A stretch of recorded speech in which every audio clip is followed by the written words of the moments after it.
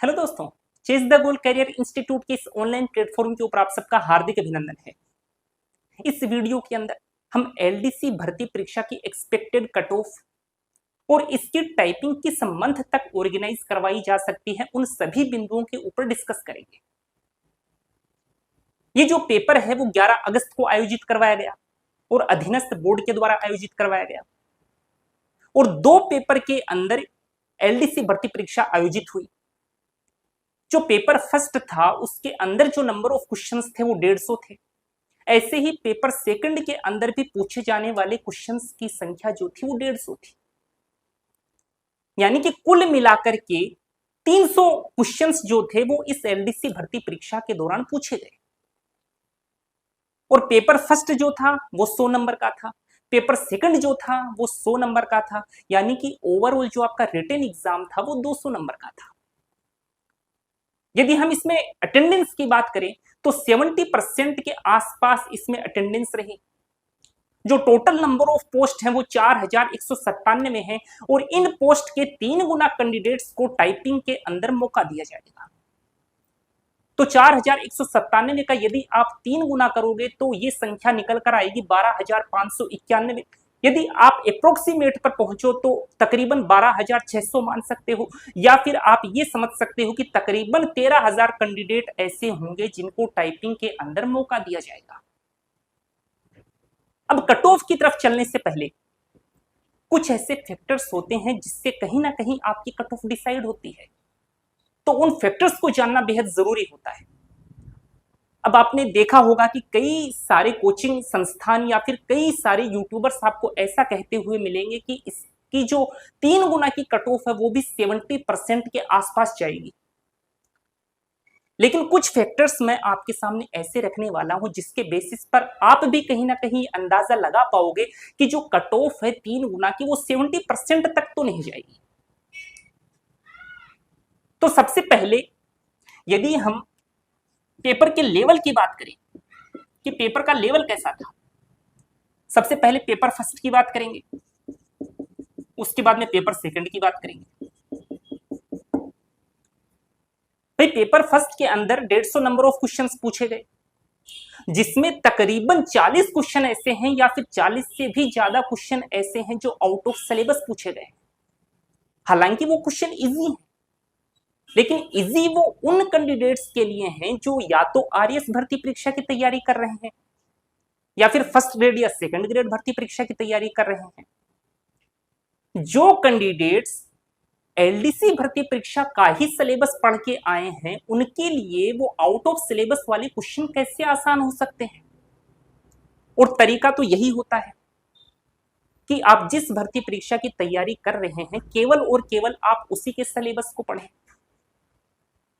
तो किसी भी तरीके से पेपर फर्स्ट को आप ये नहीं कह सकते कि ये मॉडरेट है या फिर ये इजी है। इसको हर केस के अंदर टफ की कैटेगरी में डाला जा सकता है कि जो पेपर फर्स्ट है वो टफ है क्योंकि आउट ऑफ सिलेबस पूछे जाने वाले क्वेश्चंस की संख्या ज्यादा है। यदि हम पेपर सेकंड की बात करें तो पेपर सेकंड का लेवल यदि हम देखें तो आप इजी से थोड़ा सा अप मान सकते हो और मॉडरेट से थोड़ा सा डाउन मान सकते हो, यानी कि जो आपका पेपर सेकंड है वो इजी और मॉडरेट के बीच में झूलता हुआ आपको कहीं ना कहीं दिखेगा। और कई सारे स्टूडेंट ऐसे भी हैं जिन्होंने जब पेपर फर्स्ट दे दिया और आउट ऑफ सिलेबस पूछे जाने वाले क्वेश्चंस की संख्या जब उन्होंने देखी तो वो पेपर सेकंड देने ही नहीं गए, यानी कि अटेंडेंस के अंदर आपको वापस से कुछ डिक्रीमेंट देखने को मिलेगा। तो आप किस बेसिस पर कह सकते हो कि जो कट ऑफ है वो 70% या 70% से अबो निकल जाएगी। और दूसरा फैक्टर आप देखना, ये हमने फैक्टर फर्स्ट की बात करी, यदि हम दूसरा फैक्टर देखें वो है 15 गुना की लिस्ट। अब आप कहोगे कि 15 गुना की लिस्ट कैसे एक फैक्टर साबित हो सकती है इसी कट ऑफ को कम ले जाने के अंदर। भैया जो 15 गुना की जो लिस्ट है ना वो 7 जून को जारी की गई थी और इसका पेपर 11 अगस्त को आयोजित करवाया गया, यानी कि कई सारे स्टूडेंट ऐसे थे जो संदेह की स्थिति में थे कि उनका 15 गुना लिस्ट के अंदर नाम आएगा या नहीं आएगा। तो उन्होंने एलडीसी भर्ती परीक्षा की तैयारी में कोई खास जोर नहीं दिया और महज 2 या 2.5 महीने के अंदर आप एक बार सिलेबस को कवर करके कभी भी सिलेक्शन निकाल ही नहीं सकते। आपको कम से कम सिलेक्शन निकालने के लिए सिलेबस के अंदर से 3 से 4 बार गुजरना होगा। तो 7 जून को आप 15 गुना की लिस्ट निकालते हो और 11 अगस्त को आप पेपर ऑर्गेनाइज करवा लेते हो। तो जो बंदा संदेह की स्थिति में था कि उसका सिलेक्शन होगा कि नहीं होगा, यदि उसका सिलेक्शन हो जाता है तो वो 2 महीने के अंदर कितनी तैयारी कर पाएगा यदि उसने पहले से कोई तैयारी नहीं की है। तो ये जो 15 गुना की लिस्ट वाला जो मामला है, ये भी कहीं ना कहीं आपकी कट ऑफ को डिसाइड करेगा, कट ऑफ को कम ले जाएगा। इसके अलावा यदि हम तीसरे फैक्टर की बात करें जो अपने आप में बहुत ही इंपॉर्टेंट फैक्टर है, पहली बात तो इसकी तुलना आप जो एलडीसी भर्ती परीक्षा 2018 में हुई थी उसके साथ तो मत करना, क्योंकि उसको लगे हुए थोड़ा टाइम हो गया। तो वहां से तो कट ऑफ के अंदर आपको यहां पर आने वाली कट ऑफ के अंदर कुछ चढ़ाव ही देखने को मिलेगा।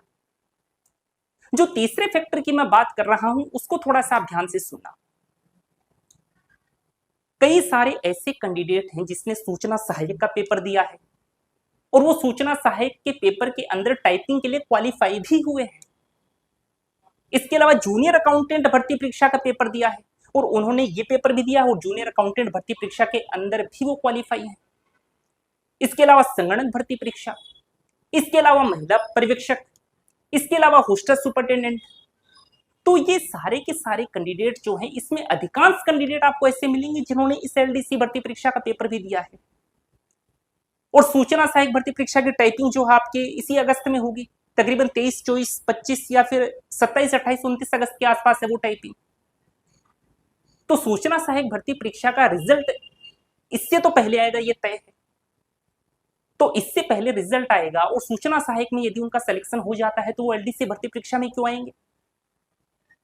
तो सूचना सहायक परीक्षा की बात करें या फिर आप जूनियर अकाउंटेंट भर्ती परीक्षा की बात करें, महिला पर्यवेक्षक हो या फिर हॉस्टल वार्डन का पेपर हो या इसके अलावा संगणक भर्ती परीक्षा हो, इनके जो रिजल्ट्स हैं वो कहीं ना कहीं इसके जो रिजल्ट इसका जो रिजल्ट्स आएगा या फिर इसकी जो टाइपिंग होगी उससे पहले ही उसके रिजल्ट्स आ जाएंगे।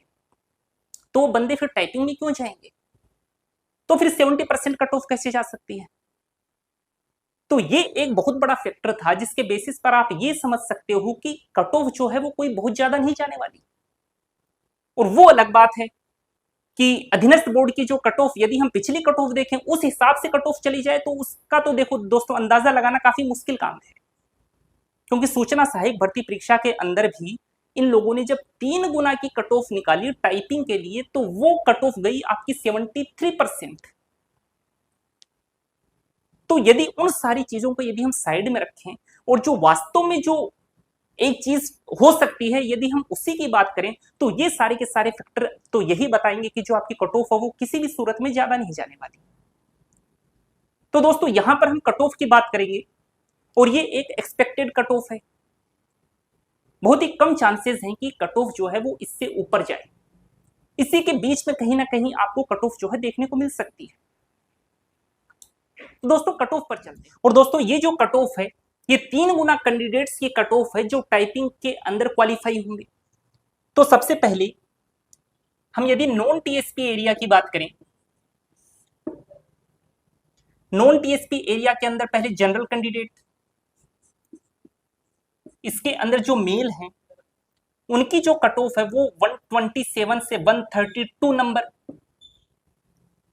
इसके अलावा जो फीमेल्स हैं उनकी जो कट ऑफ है वो 117 से 122 नंबर। यदि इस हिसाब से आपके नंबर हैं तो आप अपने आप को सेफ मान सकते हैं। यदि हम बात करें ओबीसी कैटेगरी की,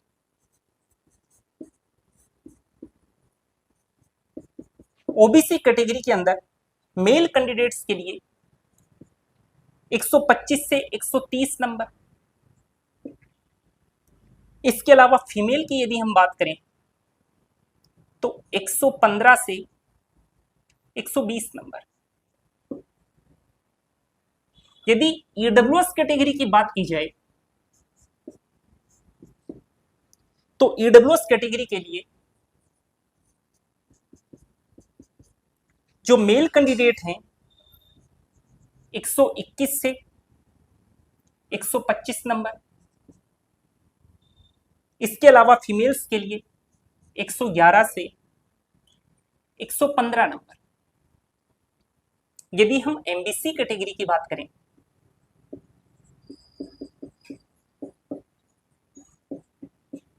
एमबीसी कैटेगरी में यदि मेल कैंडिडेट्स की बात की जाए तो 116 से 121 नंबर। इसके अलावा फीमेल्स की जो कट ऑफ है वो 106 से 111 नंबर। एससी कैटेगरी के लिए मेल कैंडिडेट्स और फीमेल 111 से 116 नंबर। और यदि फीमेल्स की बात करें तो 101 से 106 नंबर। यदि एसटी कैटेगरी की बात की जाए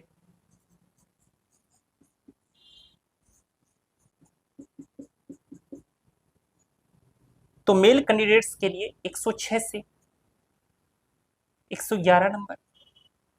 इसके अलावा फीमेल्स के लिए 96 से 100।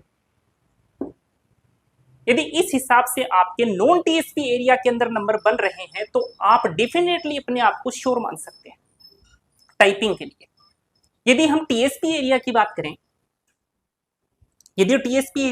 करें तो जनरल कैंडिडेट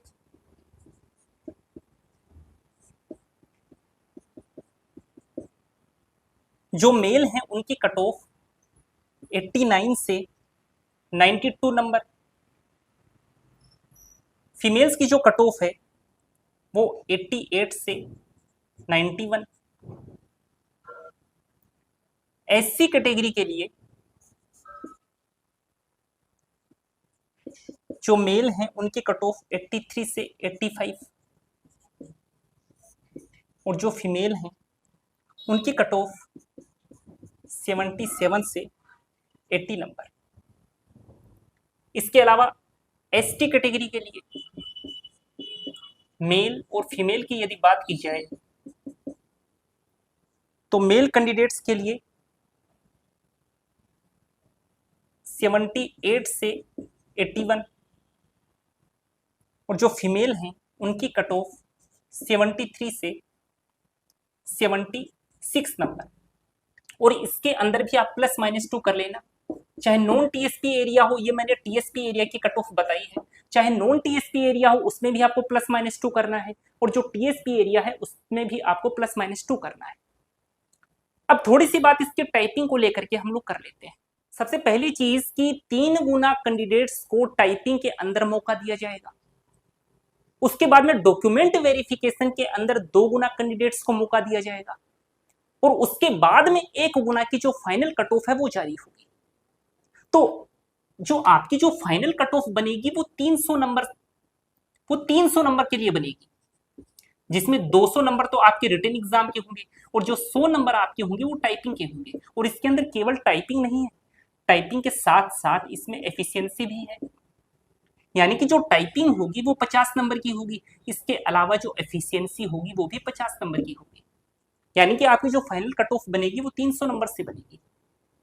यदि हम टाइपिंग मंथ की बात करें कि किस मंथ के अंदर आपकी जो टाइपिंग है वो ऑर्गेनाइज करवाई जा सकती है, तो अक्टूबर या फिर नवंबर मंथ, या तो अक्टूबर में या फिर नवंबर में आपकी टाइपिंग लगने के पूरे चांसेस हैं। और एफिशिएंसी का जो कोर्स है, एफिशिएंसी के जो वीडियोस हैं वो सारे के सारे इस चैनल के माध्यम से आप तक पहुंचाए जाएंगे और बहुत ही शानदार कंटेंट जो है एफिशिएंसी का वो आपको इस चैनल के माध्यम से मिलेगा। इसलिए आप इस चैनल को सब्सक्राइब जरूर कीजिए। और ये हमारा एनालिसिस आपको कैसा लगा, अगर अच्छा लगा तो इस वीडियो को लाइक जरूर कीजिए। तो दोस्तों मिलते हैं ऐसे ही एक और शानदार वीडियो के अंदर, तब तक के लिए धन्यवाद दोस्तों।